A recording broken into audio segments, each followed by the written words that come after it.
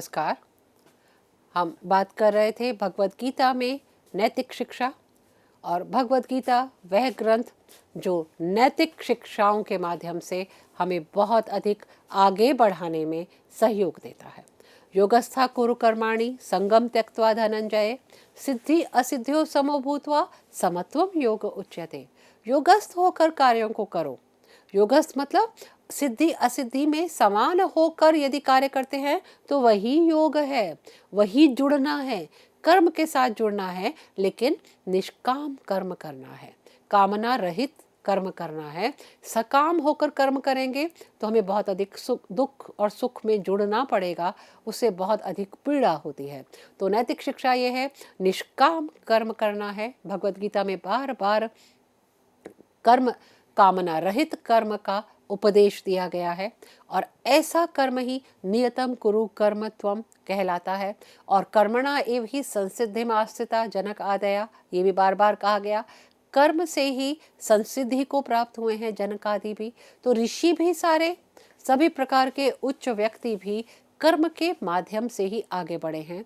तो हर व्यक्ति को अपने जीवन में, अपनी लाइफ में, अपने जो जो कर्तव्य हैं, जो जो कर्म हैं, वो तो अवश्य ही करने हैं, और वही हमें भावनात्मक सपोर्ट देते हैं, वही हमें आत्मिक सपोर्ट देते हैं, और कर्मों के माध्यम से हम अपने लक्ष्य को प्राप्त करने में बहुत अधिक सफल हो पाते हैं।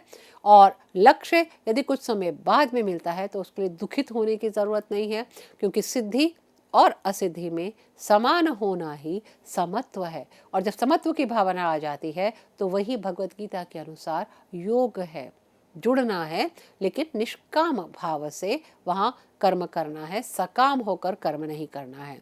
और कर्म के माध्यम से हम हर प्रकार से ऐसा कर्म करें, धर्म और कर्म से भी व्यक्ति जुड़े। धर्म से कैसे जुड़े? धर्म से अभिप्राय संपूर्ण महाभारत में है कि जहाँ धारण करना, व्यवस्था, अनुशासन और ध्री धारणे, ध्री धातु धारण अर्थ में है। और सच में धर्म वह तत्व है जो सबको धारण करता है, संपूर्ण पृथ्वी को धारण करता है। पृथ्वी हमको धारण कर रही है, और कहते हैं पृथ्वी धर्म आधारित है, धर्म उसको धारण करता है। तो भगवान कृष्ण ने कहा, यदा यदा ही धर्मस्य ग्लानिर्भवति भारत अभ्युत्थानम अधर्मस्य तदा आत्मानं सृजाम्यहम्। जब जब भारत में, हे भारत, जब जब धर्म की हानि होती है, अधर्म ऊपर आ जाता है, तब तब धर्म की संस्थापना के लिए मैं अपने आप को प्रकट करता हूँ, मैं अपने आप को सृजित करता हूँ, मैं अपने आप का सृजन करता हूँ, किसी न किसी रूप में, किसी न किसी माध्यम से, किसी न किसी मैसेज के माध्यम से, किसी न किसी रूप में, किसी न किसी व्यक्ति के रूप में, किसी न किसी तथ्य के रूप में। जब जब धर्म की हानि होती है और अधर्म का अभ्युत्थान होता है, मैं अपने आप को सृजित करता हूँ। कितना बड़ा संदेश भगवान कृष्ण ने हमें दिया। कभी हम समझे इसको तो धर्म की कितनी अधिक आवश्यकता है। और धर्म में, महाभारत में स्पष्ट कर दिया गया धर्म के विषय में, एक अनुशासन, एक व्यवस्था, एक संयम, एक ऐसा तत्व जो संपूर्ण मानव जीवन को व्यवस्थित कर रहा है, जिस पर संपूर्ण मानव जीवन आधारित है। और वो क्या बताता है? What to do, what not to do, क्या आचरणीय है और क्या आचरणीय नहीं है। और जब हम ये समझ लेते हैं क्या आचरणीय और क्या आचरणीय नहीं है, किसको करने से हमें निंदा मिलेगी, किसको करने से हमें प्रशंसा मिलेगी, किसको करने से हम अपनी बात लोगों तक पहुंचा सकते हैं, और किसको करने से हम अपना अब तक किया हुआ सब कुछ समाप्त कर सकते हैं, यह ज्ञान धर्म है। कैसे आचरण करना है, कथम, कैसे करना है, कब करना है, किस रूप में करना है, ये हमें भगवत गीता सिखाती है। और भगवान कृष्ण ने भी यही संदेश इसीलिए दिया है कि धर्म वह तत्व है जो पृथ्वी को धारण किए हुए है, मनुष्य जाति को धारण किए हुए है। यदि व्यवस्था नहीं रहेगी, अनुशासन नहीं रहेगा, कोई नियमावली नहीं रहेगी, तो मानव जीवन की सत्ता व्यर्थ हो जाएगी, वह बहुत अधिक क्षीण प्राणी बन जाएगा। तो मानव जीवन को चलाने के लिए अच्छी प्रकार से चलाने के लिए, नैतिक शिक्षाओं के माध्यम से चलाने के लिए भगवान कृष्ण ने हमें यह उपदेश दिया है। और उन्होंने ये भी कहा, काम एष क्रोध एष, काम भी है, क्रोध भी है, रजोगुण भी है, ये सब रजोगुण से उत्पन्न है। और अरिषड वर्ग जितना है उस पर यदि हम कंट्रोल कर लेते हैं तो ये हमारा सबसे बड़ा धर्म है, हमारा तप है। और सत्य का ज्ञान यदि हम कर लेते हैं तो ये सबसे बड़ी हमारी शिक्षा है। अभी आपने देखा भारतीय ज्ञान परंपरा में भी कहा गया, सत्यम वद धर्मम चर, सत्य बोलिए और धर्म का पालन कीजिए। औपनिषदिक युग में, वैदिक युग में किस प्रकार ज्ञात हो गया कि आज के युग में हमें आवश्यकता पड़ेगी, क्योंकि ऋषयास्तु मंत्र दृष्टा रहा न तो करता रहा। कि ऋषि तो मंत्रों को देखने वाले थे, भविष्य दृष्टा थे। उन्होंने पहले ही देख लिया कि ज्यों ज्यों हम आगे विकास करेंगे, जिन जिन चीज़ों का ह्रास होने वाला है उनके लिए उन्होंने पहले ही उपदेश दे दिया कि इनकी कमी नहीं होनी चाहिए। ये बेसिक तत्व हैं, ये बेसिक पॉइंट्स हैं, ये बेसिक तत्व हैं। जैसे मनुष्य के जीवन में रोटी कपड़ा मकान की आवश्यकता है, उसी प्रकार जीवन को चलाने के लिए नैतिक गुणों का उपदेश, उनका समावेश, उनका समाहित होना भी व्यक्ति के जीवन में बहुत अधिक अनिवार्य है। नहीं तो उसका जीवन जीवन नहीं रहेगा, वो मनुष्य मनुष्य नहीं रहेगा। उसमें सभी जो उसके सद्गुण हैं, उसका सद्व्यवहार है, जिस उद्देश्य के लिए ईश्वर ने उसको भेजा है, वह उद्देश्य समाप्त हो जाएगा। इसलिए सत्य और धर्म का उपदेश यदि दिया जाता है और भगवद गीता के माध्यम से हमें यह उपदेश दिया गया तो वह सनातन, चिरस्थायी, चिरभूत, अनादिकाल से चला आ रहा वह जो हमारा धर्म है उसको हमने कभी भी नहीं छोड़ना है, क्योंकि वही पृथ्वी को धारण किए हुए है, वही व्यवस्था है, वही नियमावली है। उसी धर्म के माध्यम से सूर्य और चंद्र उगते हैं, एक व्यवस्था बनी हुई है। प्रकृति का भी धर्म है, एक व्यवस्था बनी हुई है। सूर्य का उदय होगा और चंद्र का अस्त होगा। ये महाकवि कालिदास ने भी स्पष्ट किया है कि इन दो तेजों के माध्यम से पूरा जीवन व्यवस्थित हो रहा है। प्रकृति अपने आप को व्यवस्थित कर रही है। एक का उदय है, दूसरे का अस्त है, फिर चंद्रमा का अस्त है, सूर्य का उदय है। तो ये दो तेज भी यदि नियम के अनुसार चल सकते हैं, जो सुपर पावर हैं हमारी, यदि ये नियम के अनुसार चल सकते हैं तो पृथ्वी को धारण करने वाला धर्म हमें क्या बताता है ये हम मनुष्य भी सीख सकते हैं। हम उससे प्रेरणा ग्रहण कर सकते हैं। प्रकृति का प्रत्येक तत्व अनुशासित है। अब गर्मी होगी, अब बरसात होगी, अब सर्दी होगी, हम कितना ही प्रयत्न कर लें, हम ईश्वर से लड़ाई झगड़ा नहीं कर सकते। हम केवल प्रार्थना कर सकते हैं, हे भगवान अब गर्मी कम कर दो, हे भगवान अब बारिश कर दो, अब सर्दी कम कर दो, अब प्रदूषण कम कर दो। क्योंकि प्रकृति तत्व हैं ये सारे, और प्रकृति तत्व के आने से हम चाहे तो क्या हम फॉग को कम कर सकते हैं, जो कोहरा आ रहा है, जो कोहरा सर्दी का आ रहा है, हम शीतलहर को कम कर सकते हैं? हमारे हाथ में है? नहीं। जो जो प्रकृति प्रदत्त मौसम है, जो प्रकृति प्रदत्त तत्व आने हैं, हम चाहे तो बाढ़ को रोक सकते हैं कुछ समय के लिए, हम चाहें तो कुछ समय के लिए क्या हम अपने आप स्नोफॉल करा सकते हैं? मैं आपसे प्रश्न पूछना चाहूंगी सभी से, क्या हम बर्फ को पहाड़ों पर अपने आप गिरा सकते हैं? क्या हम नदियों में पानी अपने आप ला सकते हैं? ये सब प्रकृति हमें प्रदान करती है, और प्रकृति माँ, पृथ्वी माँ उस धर्म पर ही टिकी हुई है और धर्म के द्वारा ही अनुशासित है। ये बात हमें स्पष्ट करनी है और अपनी भावी पीढ़ी तक पहुंचानी है। और नरक के द्वार है असत्य, क्रोध, काम, इनसे हमें दूर रहना है। ये भगवद गीता नैतिक शिक्षा के माध्यम से हमें सिखाती है। और शिक्षा ये दी गई है कि धर्म की रक्षा करना और अधर्म का विरोध करना हमारा नैतिक कर्तव्य है। हमारे कुछ अधिकार हैं तो कर्तव्य भी हैं। आपने पढ़ा होगा कि अधिकार और कर्तव्य एक सिक्के के दो पहलू हैं। अधिकार आएंगे तो कर्तव्य भी आएंगे। यदि हम किसी देश के नागरिक हैं, हमारे अधिकार हैं, तो हमारे उस देश के प्रति कर्तव्य भी हैं। और यदि हम इन संसार में हमें अधिकारों के साथ ईश्वर ने भेजा है, तो ईश्वर ने कुछ कर्तव्य करने भी भेजा है। और ये भी भेजा है कि तुम्हें अपने चरित्र में अच्छे गुणों को लाना है, अपनी ज्ञान परंपरा को पढ़ना है। ये हम तथ्यों के माध्यम से सिखाने का हमारी ज्ञान परंपरा प्रयास कर रही है और हमने उसमें से चुनना है, हमने उसमें से लेना है, हमने उन गुणों को अपने भीतर समाहित करना है, उस नैतिक शिक्षा को लेना है कि जो तत्व हमारी रक्षा कर रहा है उसका रक्षा हमने खुद करनी है।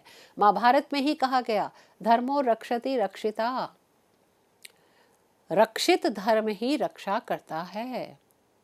यदि हम धर्म की रक्षा नहीं करेंगे तो वह हमारी रक्षा नहीं करेगा।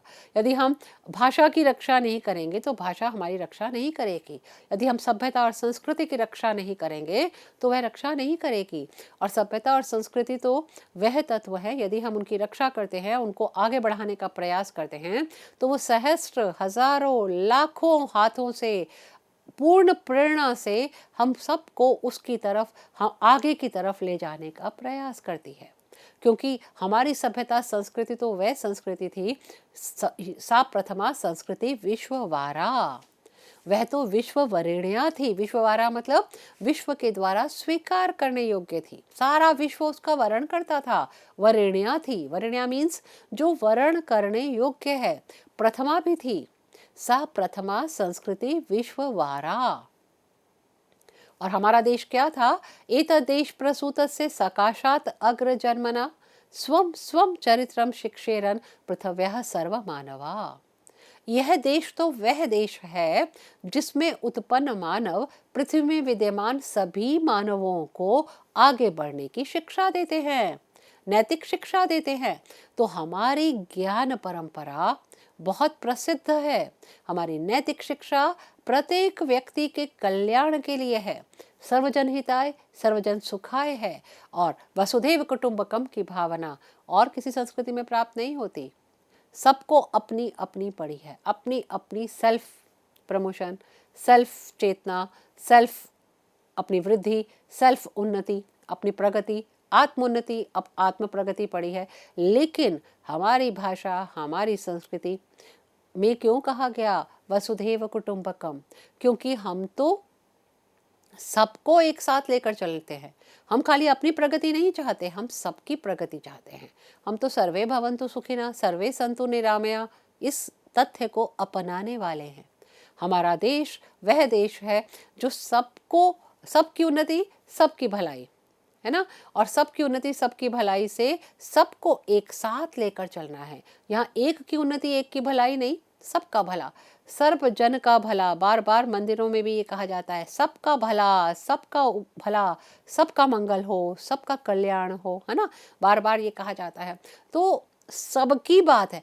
हमारे यहाँ मैं नहीं है, हम हैं, हम सब मिलकर एक हैं।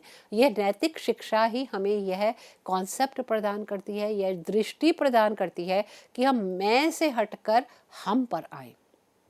खाली मैं का उत्थान नहीं, मैं की शिक्षा नहीं, हम की बात को चले। हम, मैं इन्वर्टेड कॉमर्स की बात कर रही हूँ, हम सब। और इसी प्रकार भगवत गीता में आत्मबोध के माध्यम से हमें नैतिक शिक्षा दी गई। आत्म संयम, आत्मबोध, इंद्रिय निग्रह, इंद्रियाणी सर्वाणी, संयम में सभी इंद्रियों को संयमित करके हमने आगे बढ़ना है। क्योंकि यदि हमारी इंद्रियां ही संयमित नहीं हुई तो हम ठीक से कार्य नहीं कर पाएंगे। और जिसकी इंद्रियां उसके वश में है, तस्य प्रज्ञा प्रतिष्ठिता, उसकी ही बुद्धि प्रतिष्ठित है, उसकी ही बुद्धि स्थिर है। और स्थिर बुद्धि वाला व्यक्ति बहुत अधिक उन्नति और तरक्की को प्राप्त करता है। और विचलित वाला व्यक्ति संशय, विभ्रम, मनोद्वंद्व में पड़ा रहता है, विकल्पों में ही उलझा रहता है। इसलिए तानी सर्वाणी संयम में कर्माणि कुरु, उन सबको, इंद्रियों को निग्रहित करके कार्य करो। और इंद्रिय तो ऐसी हैं, प्रमथानी हरंती प्रसभम मना, ये हमारी सारी इंद्रियां बलपूर्वक हमारे मन को हर कर ले जाती हैं, अपनी तरफ ले जाती हैं। लेकिन मन को भी कंट्रोल चाहिए, इंद्रियों का भी कंट्रोल चाहिए, मस्तिष्क का भी कंट्रोल चाहिए। और हमारी सारी नैतिक शिक्षाएं भगवत गीता के माध्यम से हमें यह सिखाती हैं कि इंद्रियों का कंट्रोल हमारे लिए बहुत बहुत बहुत ज़रूरी है। और हमारी ये सभी इंद्रियां बहुत आगे बढ़कर हमको भटकाने का प्रयास करती हैं, हमारे मन को भटकाने का प्रयास करती हैं, लेकिन ना हमने मन को विचलित होने देना है। अर्जुन ने भी पूछा था, आपको याद होगा, चंचलम ही मना कृष्ण, हे कृष्ण मन तो चंचल है, मैं इसको कैसे आगे बढ़ाऊं? तो भगवान कृष्ण ने कहा, तत्र एकाग्रम मनम कृत्वा, एकाग्र रूप से मन को करके मन को फोकस करो और तब इन इंद्रियों को जितेंद्रिय बनो, इन सभी इंद्रियों को जीत कर आगे कार्य करो। क्योंकि मन को बहुत फोकस करना पड़ेगा, बहुत एकाग्र करना पड़ेगा। और जब हम किसी भी काम को फोकस होकर करते हैं, ये तो भी आप सबको भी पता होगा, सभी विद्यार्थियों को, जब हम मन को एकाग्र कर कार्य करते हैं तो सिद्धि अवश्य ही प्राप्त होती है। क्योंकि यदि मन भटकता रहता है तो हम अपनी पूर्ण क्षमता से उस कार्य को नहीं कर पाते हैं। तो आत्मसंयम और इंद्रिय निग्रह की रूपी नैतिक शिक्षा देकर भगवत गीता ने हम पर बहुत उपकार किया गया है, बहुत उपकार किया उन्होंने हमें सिखाकर। क्योंकि इंद्रियां तो विषयमुखी हैं, हम विषयों में ही भटकते रह जाते हैं, और विषयों में जब भटक जाते हैं तो हमारा संपूर्ण नाश हो जाता है, हमारा बुद्धि विभ्रम हो जाता है, स्मृति विभ्रम हो जाता है, बुद्धि नाश हो जाता है, और हम बहुत अधिक परेशान होते हैं। तो भगवत गीता में क्या उपाय बताया गया? सुख दुखे समय कृत्वा लाभा लाभौ जया जयो, सुख दुख लाभ हानि जय पराजय को एक सा मानकर कार्य करना है।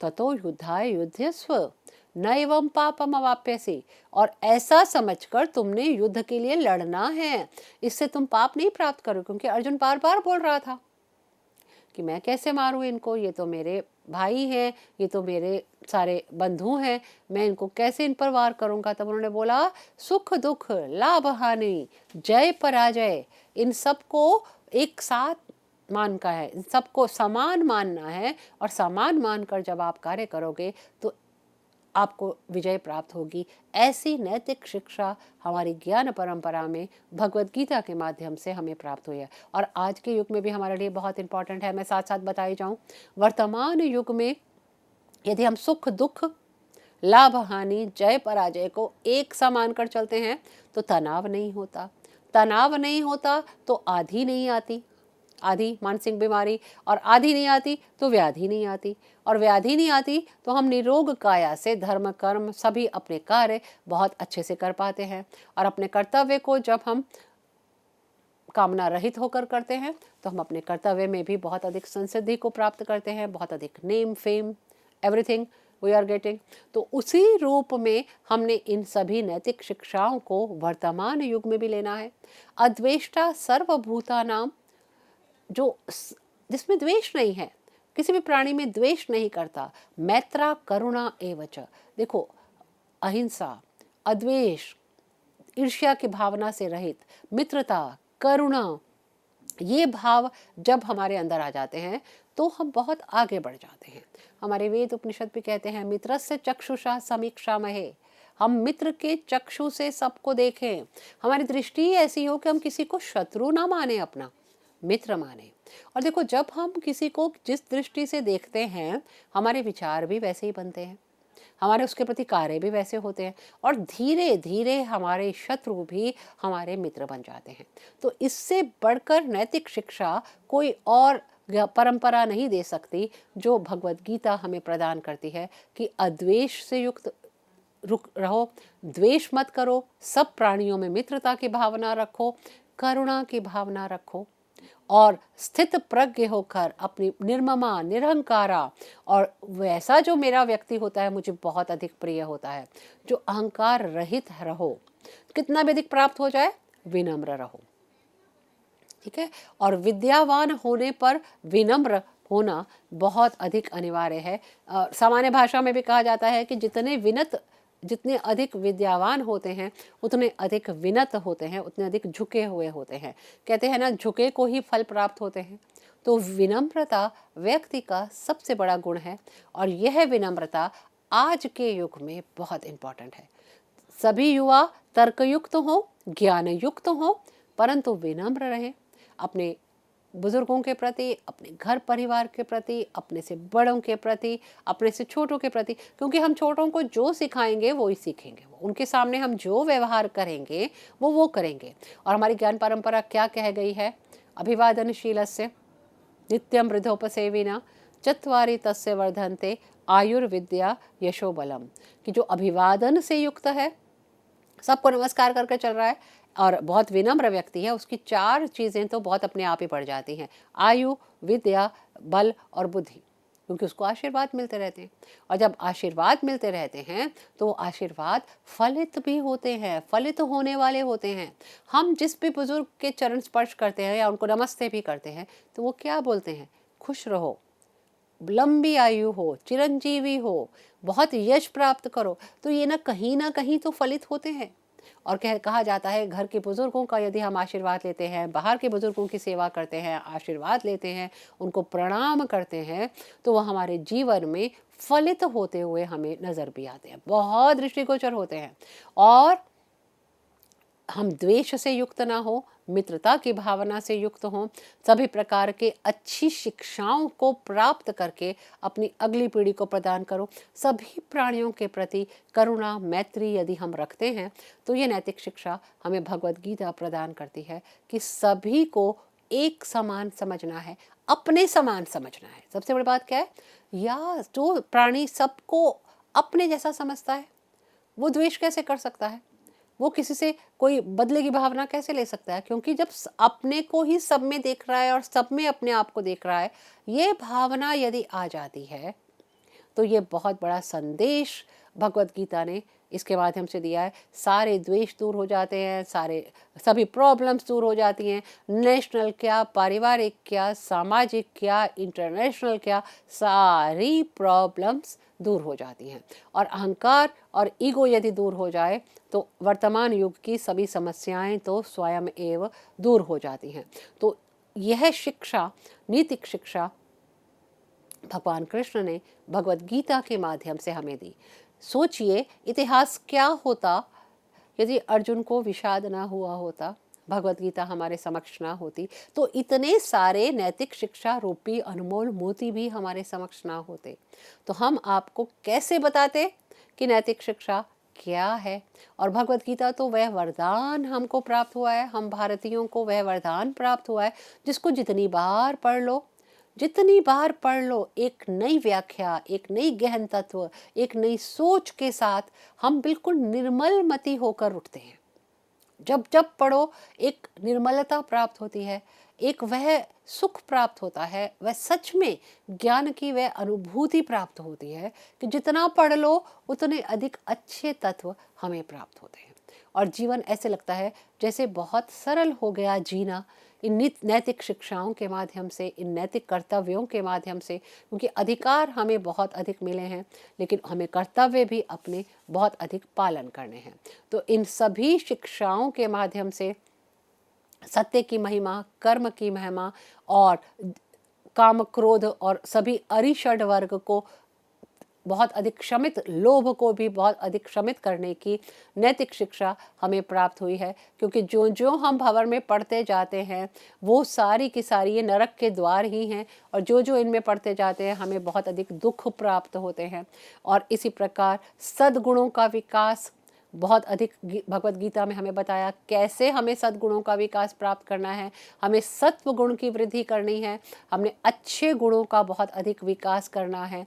और आत्मसंयम, आत्मबोध, स्वाध्याय, सरलता और नैतिक गुण हमें चरित्र के निर्माण के लिए बहुत अधिक अनिवार्य हैं। और हमें स्थित प्रज्ञ की अवधारणा के माध्यम से हमें कैसे अपना फोकस करना है, यह भगवत गीता ने सबसे बड़ी नैतिक शिक्षा दी।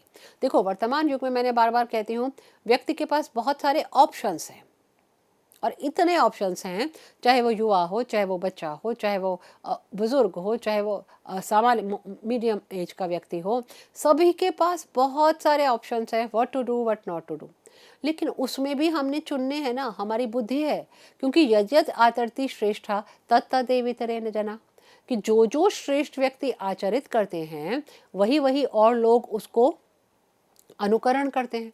तो इसलिए ऐसा आचरण करना है जो औरों के लिए अनुकरणीय बन जाए, जिसको लोग याद रखें, जो आगे बढ़कर मानव कल्याण के लिए हो, बहुत बढ़िया हो, उस लोक कल्याण के लिए आगे बढ़ना है। और उद्धरेत आत्मा आत्मानम न आत्मानम अवसादेत की भावना तो है ही, लेकिन व्यक्ति को अपने लिए, समाज के लिए नैतिक आदर्श भगवत गीता प्रदान करती है। मतलब अपना आचरण ऐसा हो, वो न केवल उपदेश हो बल्कि क्रियान्वित रूप में भी लोगों को दिख रहा हो, वह भगवत गीता, वह सन्मार्ग हमें प्रस्तुत करती है, दिखाती है। पग पग पर, मैंने कहा ना, पग पग पर हमें दिशा निर्देश कर रही है नैतिक शिक्षा के माध्यम से। और नैतिक शिक्षा ये भी सिखाती है भगवत गीता की कि हमने अपने आप को आगे आने वाली समस्याओं से, आगे आने वाली इच्छाओं से कैसे हमने कंट्रोल करना है। प्रजाहाति यदा कामान, देखो इच्छाओं की भी एक पूरी श्रृंखला है, चेन है। एक इच्छा पूरी होती नहीं कि दूसरी उत्पन्न हो जाती है, दूसरी उत्पन्न होती नहीं कि पूरी नहीं होती कि तीसरी उत्पन्न हो जाती है। तो उसको हमने कंट्रोल करना है अपने मन और मस्तिष्क के माध्यम से। हमारा मन भी बहुत चंचल ना हो और हमारा मस्तिष्क बहुत अधिक स्थिर हो, हमारी बुद्धि बहुत अधिक स्थिर हो। और उसके लिए हमने भगवत गीता के सभी तथ्यों को, सभी संकल्पनाओं को, सभी उपदेशों को फॉलो करके आगे बढ़ना है। और व्यक्ति की प्रवृत्ति कैसी है, दैवी प्रवृत्ति और आसुरी प्रवृत्ति में भी अंतर है। तो उस दैवी प्रवृत्ति को आगे बढ़कर हमने आगे लेना है, सत्व गुणों को आगे बढ़ाना है और सत्व गुणों का नियमन करके, सत्व गुणों का आचरण करके सभी नैतिक तत्वों को लेना है। और स्थित प्रज्ञ तो वह व्यक्ति है जो सभी प्रकार की संसिद्धियों को प्राप्त करता है। तो बुद्धि की स्थिरता यदा संहरते, और जैसे एक कछुआ सभी अंगों को अपने भीतर समाहित कर लेता है, उसी प्रकार हमने अपनी सारी इंद्रियों को समाहित कर लेना है, बुद्धि को प्रतिष्ठित कर कर अपना कार्य करना है और ईश्वर पर परम आस्था रखनी है। ये सबसे बड़ा नैतिक शिक्षा, सबसे बड़ा नैतिक गुण और सबसे बड़ी नैतिक शिक्षा भगवान कृष्ण ने हमें प्रदान की है। जब व्यक्ति ईश्वर पर अर्पित कर कर कार्य करता है, मई अर्पित मनोबुद्धि, ईश्वर पर अर्पित करके कार्य करता है, सारे कर्मों को यद अश्नासी, यद जुहोशी, यद करोशी, जो भी करता है ईश्वर पर अर्पित करता है, तो ईश्वर भी उसकी सहायता करते हैं। तो यह नैतिक शिक्षा हम व्यक्ति को आज के जीवन में बहुत अधिक इम्पॉर्टेंट है, क्योंकि यदि हम ईश्वर पर अर्पित कर कर कार्य करते हैं, तेरा तुझको अर्पण, मैं बार बार कहती हूँ, क्या लागे मेरा, हम तो सब तुम्हें दे रहे हैं, अपनी तरफ से हमने कर्तव्य कर रहे हैं, अब हमारी सुरक्षा आपके हाथ में है, तो वह भी हमारी सुरक्षा अवश्य ही प्रदान करते हैं। आध्यात्मिकता, आत्म संयम, ईश्वर के प्रति आस्था और सर्वजन कल्याण, सर्वजन हित की बात, यह हम नैतिक गुण और सबसे सही समय पर सही निर्णय लेने की क्षमता रूपी नैतिक गुण भगवान कृष्ण ने अवश्य हमें प्रदान किया, जो आज के युग में बहुत ज़्यादा इम्पॉर्टेंट है। तस्मात् उत्तिष्ठ कौन्तेय युद्धाय कृत निश्चया, कि बेकार की बातों का समय नहीं है, विषाद योग का समय नहीं है, विषाद करने का समय नहीं है। इस समय तुम्हें उठना है और अपना कार्य करना है। तस्मात् उत्तिष्ठ कौन्तेय युद्धाय कृत निश्चया। और आज के युग में भी जब अनिवार्यता है तो उठकर अपना कर्तव्य करना है, वो सबसे ज़्यादा इम्पॉर्टेंट नैतिक जीवन है। सर्वजन हिताय काम करना है। और आत्मे भी आत्मनो बंधु आत्मेव ऋषिरात्मना, और मैं आपको स्पष्ट करूं तो यह वह तत्व है, नैतिक शिक्षा रूपी वह गुण है जिसके माध्यम से हमें आत्म संयम भी प्राप्त होता है, आत्मबल भी प्राप्त होता है, ईश्वर का साथ भी प्राप्त होता है, हमें त्रिगुणात्मक वृद्धि भी प्राप्त होती है और आधिभौतिक, आधिदैविक, आध्यात्मिक उन्नति भी प्राप्त होती है। और हम अपने जीवन के मार्ग में भगवत गीता द्वारा निर्देशित मार्ग को अनुसरित कर कर बहुत आगे बढ़ पाते हैं। यह हमारे लिए बहुत बहुत बहुत उपयोगी है।